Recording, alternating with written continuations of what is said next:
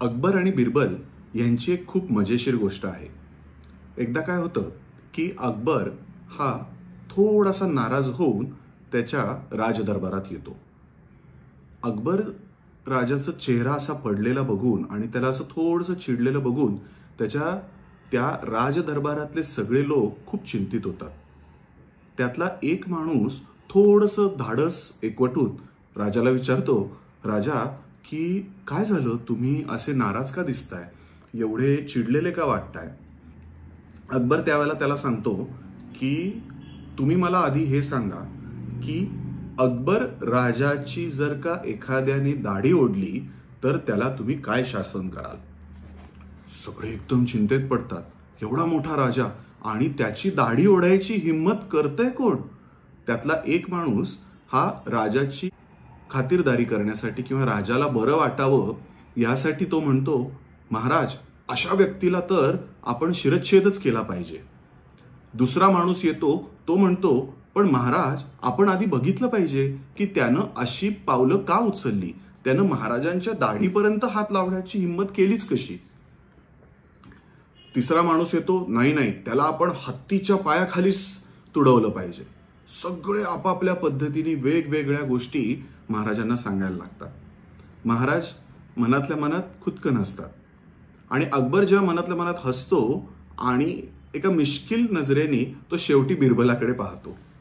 बिरबल तिथे कोपऱ्यामध्ये उभा असतो, तोही हसत असतो आणि बिरबल हसत असलेला बघून अकबराला कळतं की अरे नक्कीच काहीतरी ह्याला कळलेलं आहे। तो बिरबलाला पुढे बोलवतो आणि म्हणतो, बिरबला पुढे ये आणि मला सांग की तू का हसतोयस आणि या सगळ्यांनी जी मला माहिती दिली की अशा पद्धतीने महाराजाची जर एखाद्याने दाढी ओढली तर त्यावेळेला त्याला शिरच्छेद केला पाहिजे किंवा त्याला आपण खूप कठोर असं शासन केलं पाहिजे। बिरबल हसत म्हणतो की महाराज माफ करा, पण त्या व्यक्तीला मी मिठाई देईन। सगळे एकदम वेगळ्या नजरेने बघायला लागतात, अरे बिरबला तुझं काय डोकं फिरलंय का, तू असं कसं म्हणू शकतो?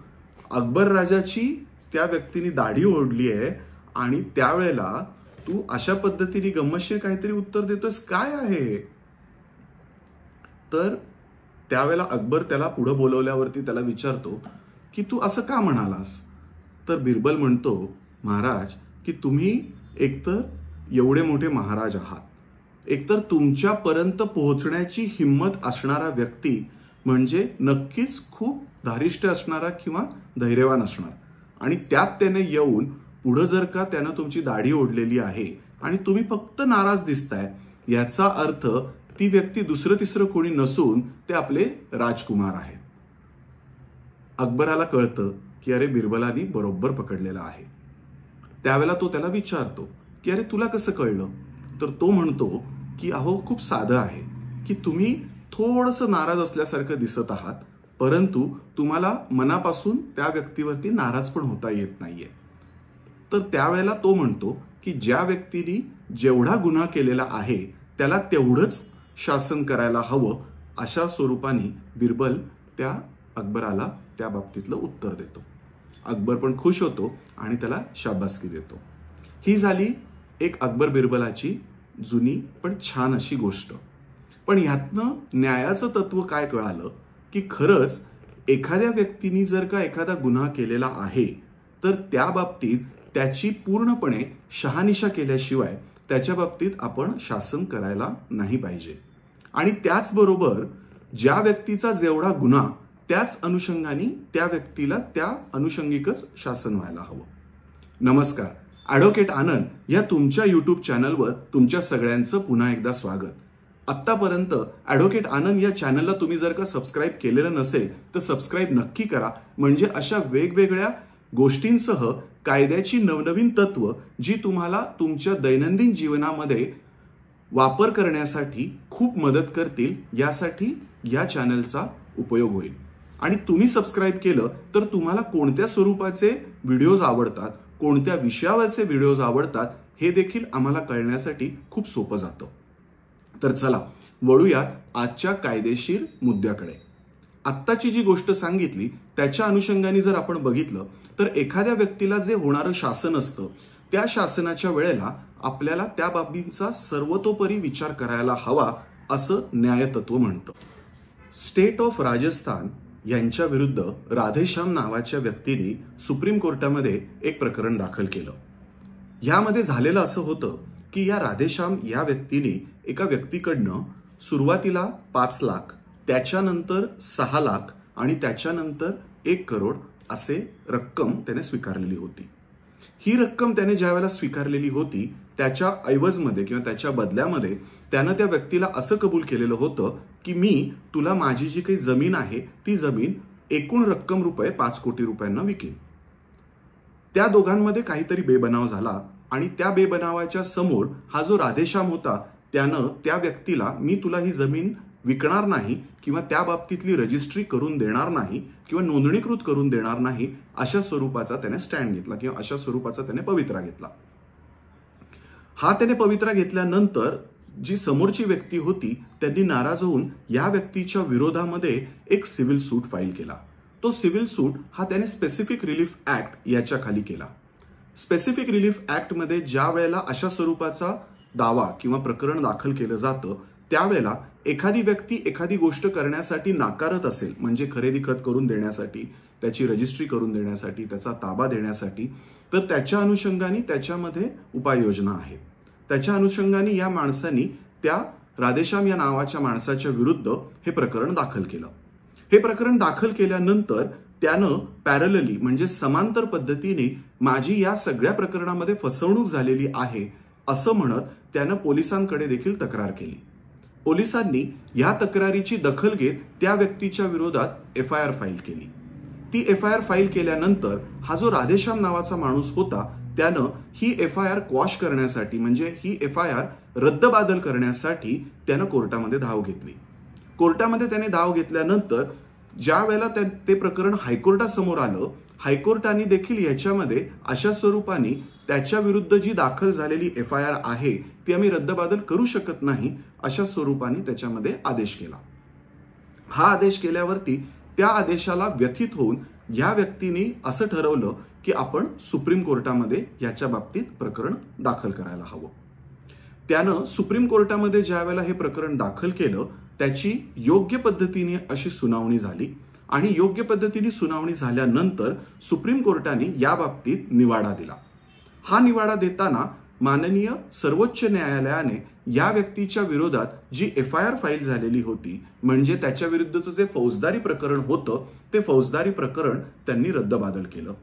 आणि फौजदारी प्रकरण रद्दबादल करत असताना त्यांनी काही महत्वाचे निष्कर्षाचे मुद्दे या प्रकरणाच्या अनुषंगाने त्या प्रकरणाला जजमेंट देताना किंवा त्या प्रकरणाच्या बाबतीमध्ये आदेश करताना त्यांनी दिलेले आहेत.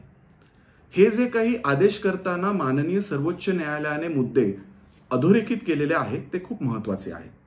ज्या वेळेला अशा स्वरूपाचं एखादं सिव्हिल प्रकरण दाखल केलेलं असतं आणि त्या बाबतीत त्या भांडणामध्ये ज्या वेळेला सिव्हिल रेमेडी उपलब्ध असते तर त्या प्रकरणामध्ये सर्वतोपरी किंवा सर्वकष पद्धतीने जर का आपण अशा पद्धतीने फौजदारी जर प्रकरण दाखल करायला लागलो तर ती जी सामनेवाली व्यक्ती असते ज्याच्या विरोधात हे फौजदारी प्रकरण दाखल केलं गेलेलं आहे त्याला नाईलाजास्तव या प्रकरणामध्ये खरेदी खतची रजिस्ट्री किंवा खरेदी खताचं नोंदणीकृत करून देणं हे त्याच्यावरती बंधनकारक होईल.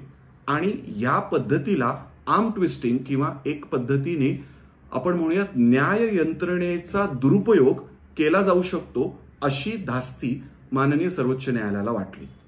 ज्या वेळेला ह्या प्रकरणामध्ये त्या व्यक्तीने जर का 1 कोटी रुपये, 5 लाख रुपये, 6 लाख रुपये जर का दिलेले आहेत आणि त्याच्या बाबतीमध्ये त्या माणसाने जर का यापूर्वीच एखादं सिव्हिल प्रकरण किंवा एखादं दिवाणी प्रकरण दाखल केलेलं आहे ज्याच्यामध्ये त्यानं अशा स्वरूपाचे पैसे परत मागितलेले असतील किंवा अशा स्वरूपाने रजिस्ट्री करून मागितलेली जर असेल तर त्या प्रकरणामध्ये अशा स्वरूपाने पॅरलल क्रिमिनल प्रोसिडिंग चालवण्याची किंवा असण्याची गरज नाही असं मात्र माननीय सर्वोच्च न्यायालयानं याच्यामध्ये अधोरेखित केलेलं आहे. सर्वोच्च न्यायालयाने अजून एक खूप महत्वाचा मुद्दा याच्यामध्ये मांडलेला आहे की अशा पद्धतीने जर का ही प्रकरणं दाखल होत राहिली तर या प्रकरणांचा किंवा या कोर्ट मशिनरीचा किंवा पोलीस मशिनरीचा आर्म ट्विस्टिंग किंवा दुरुपयोग हा खूप मोठ्या प्रमाणात फोफावू शकतो. जर का या व्यक्तीने जर सिव्हिल प्रकरण दाखल केलेलं आहे जे अजूनही अनुत्तरित आहे किंवा जे काही प्रलंबित आहे, जर ते प्रकरणच जर प्रलंबित आहे तर ह्या व्यक्तीने अशा स्वरूपाने क्रिमिनल केस दाखल करण्याची या बाबीमध्ये गरज उरत नाही. जर का त्याला त्या बाबतीमध्ये जर पैसे मिळाले नाही मिळाले तर तो जो काही त्याच्या बाबतीतला रॉंग घडलेला आहे किंवा ज्याला आपण म्हणतो त्याच्या बाबतीतली जी काही घटना घडलेली आहे, ही घटना मूळतः सुप्रीम कोर्टाच्या म्हणण्यानुसार आणि कायद्याच्या चाकोरीत जर आपण बघायला गेलो तरी दोन पद्धतीने येते. पहिला जो प्रकार असतो ज्याला आपण सिव्हिल रॉंग म्हणतो आणि दुसरा प्रकार असतो जो क्रिमिनल रॉंग असतो. सिव्हिल रॉंग याचा अर्थ की दिवाणी पद्धतीने तुमच्या बाबतीत एखादी गोष्ट चुकीची झालेली आहे आणि क्रिमिनल रॉंग याचा अर्थ जर का त्या व्यक्तीचा उद्देश हा तुम्हाला फसवणं हाच असेल तर त्या बाबतीमध्ये क्रिमिनल रॉंग या पद्धतीने त्याचं वाचन केलं जातं. या प्रकरणामध्ये जो काही फायनल निवाडा येईल तो काय येईल हे बघणं नक्कीच इंटरेस्टिंग ठरेल. परंतु आत्ता तरी सुप्रीम कोर्टाने त्या व्यक्तीच्या विरोधात जी FIR होती ती क्वॉश केलेली आहे. माननीय सर्वोच्च न्यायालयानं त्याच्यामध्ये ऑर्डर करताना अजून एक खूप महत्वाचा विषय म्हटलेला आहे की आमचे हे जरी ऑब्झर्वेशन्स असले, आमची ही जरी निष्कर्ष असले तरी देखील जे कुठलं सिव्हिल कोर्ट या बाबतीतला जो स्पेसिफिक रिलीफ ऍक्ट बाबतीतला जो काही निवाडा देणार आहे किंवा देत आहे त्याच्यामध्ये ह्या आमच्या ऑब्झर्वेशन्सचा त्यांनी कोणत्याही स्वरूपाने डायरेक्ट विचार करू नये, कारण त्या बाबतीत गुणदोषावरती आदेश व्हावा अशी आमची इच्छा आहे. म्हणजे माननीय सर्वोच्च न्यायालयानं त्यामध्ये आदेश अधोरेखित करताना कोणत्याही स्वरूपाने ज्या माणसाचे पैसे गेलेले आहेत आणि जो रजिस्ट्री करून मागत आहे त्याला कोणत्याही स्वरूपाने अन्याय होऊ नये याची सर्वतोपरी काळजी यामध्ये घेतलेली दिसते. हे जे प्रकरण आहे ते इंटरेस्टिंग अशासाठी आहे की बऱ्याचदा आपल्या पाहण्यात असं येतं की ज्या वेळेला एखादा दिवाणी वाद असतो त्याच्यामध्ये दुर्दैवाने त्या व्यक्तीला खूप चुकीच्या पद्धतीने ऍडवाइस मिळाल्यामुळे ती व्यक्ती दिवाणी वाद तर करतं पण त्याचबरोबर त्यामध्ये फौजदारी प्रकरणं देखील दाखल करतात. यामध्ये फौजदारी प्रकरणं ज्यामध्ये खरोखरच दाखल करण्याची गरज आहे ते असताना देखील या एकंदरीत आपण म्हणूयात की सिस्टमवरती किंवा या पूर्ण न्याय प्रक्रियेवरती खूप मोठ्या प्रमाणावरती बर्डन येतं किंवा त्याच्यावरती ताण येतो. त्यामुळे खऱ्या अर्थाने जिथे खरंच सिव्हिल रॉंग झालेला आहे किंवा सिव्हिलच्या बाबतीतली चूक झालेली आहे, दिवाणीच्या बाबतीतली चूक झालेली आहे, तिथे त्याच पद्धतीची प्रकरणं दाखल करणं हे अत्यंत गरजेचं आहे. आणि जिथे खरंच फौजदारी स्वरूपाचा म्हणजे खरोखरच गुन्हा घडलेला आहे तिथे मात्र फौजदारी प्रकरणं दाखल केल्याशिवाय पर्याय नाही. सदरच्या प्रकरणामध्ये 420 आणि 406 या सेक्शन्सचा अंतर्भाव झालेला होता, ज्याच्यामध्ये या व्यक्तीने केवळ नकार दिला म्हणून त्यानं समोरच्याला फसवण्याचा त्याचा उद्देश आहे असं कुठंही अधोरेखित होत नाही.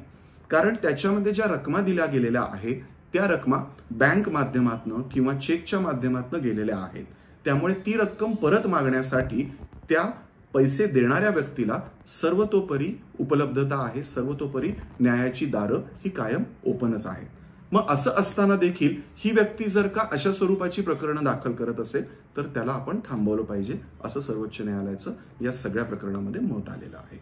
आपण मगाशी जी गोष्ट सांगितली ती गोष्ट या गोष्टीशी कशी रिलेट होते हे आपण लक्षात घेऊयात की त्या गोष्टीमध्ये देखील आपण जर का पाहिलं तर खरंच एखाद्या व्यक्तीचा केवढा गुन्हा आहे आणि तो गुन्हा त्या अनुषंगाने पाहण्याची ही न्याय संस्थेला ही नेहमीच सवय असते. हेच मात्र या गोष्टीतनं आणि या आत्ताच्या सुप्रीम कोर्टाच्या आदेशातनं खूप स्पष्ट होतं. केवळ तुम्ही क्रिमिनल केस फाईल केली म्हणून तुम्ही नेहमीच जिंकाल आणि तुम्हाला हवं तसं साध्य करता येईल असं नसतं. त्यामुळे कोणतंही प्रकरण दाखल करताना तुमचे जे कोणी कायदेशीर सल्लागार आहेत त्यांच्याशी चर्चा करा, त्यांना प्रश्न प्रतिप्रश्न विचारून त्या बाबतीतली पूर्ण माहिती घेऊन मगच प्रकरणं तुम्ही दाखल करावी असं आमचं या चॅनलच्या माध्यमातून म्हणणं आहे. जर आजचा व्हिडिओ तुम्हाला आवडला असेल आणि आजची गोष्ट जर तुम्हाला आवडली असेल तर या व्हिडिओला लाईक करायला विसरू नका. आम्ही लवकरच पुढच्या आठवड्यात अशाच एका नवीन गोष्टीसह आणि नवीन एखाद्या केस लॉसह तुमच्या परत भेटीला येत आहोत. तोपर्यंत तुम्ही सगळ्यांनी आपली काळजी घ्या. नमस्कार.